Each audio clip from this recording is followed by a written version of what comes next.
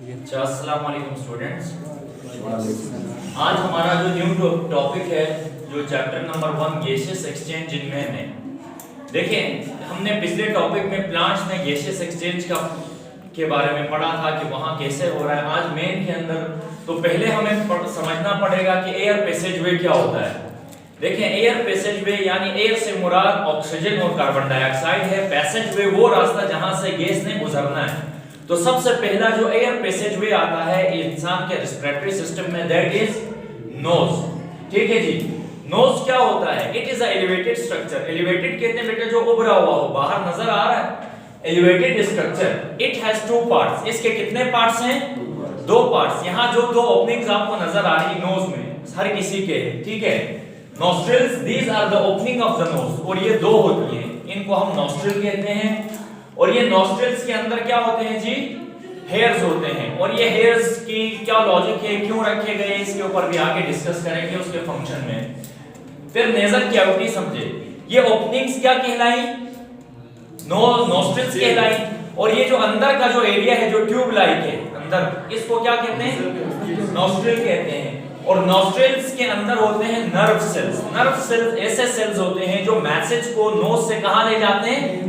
Brain में ले जाते हैं। और फिर ब्रेन वो फिल्टर करके बता देता है कि क्या मैसेज है।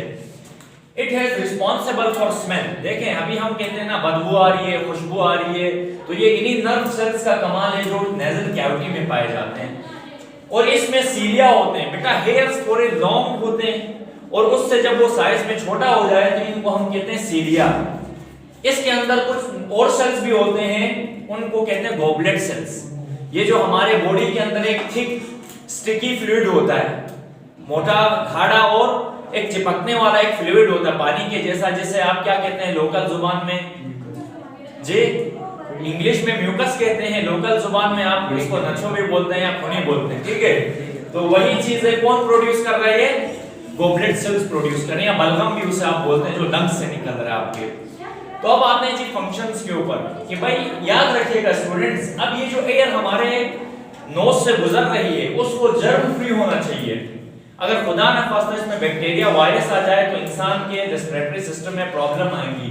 डस्ट फ्री, वार्म और मॉइस्ट होना चाहिए, जिसकी वजह से हमारे लंग्स क्या होंगे? हेल्दी रहेंगे।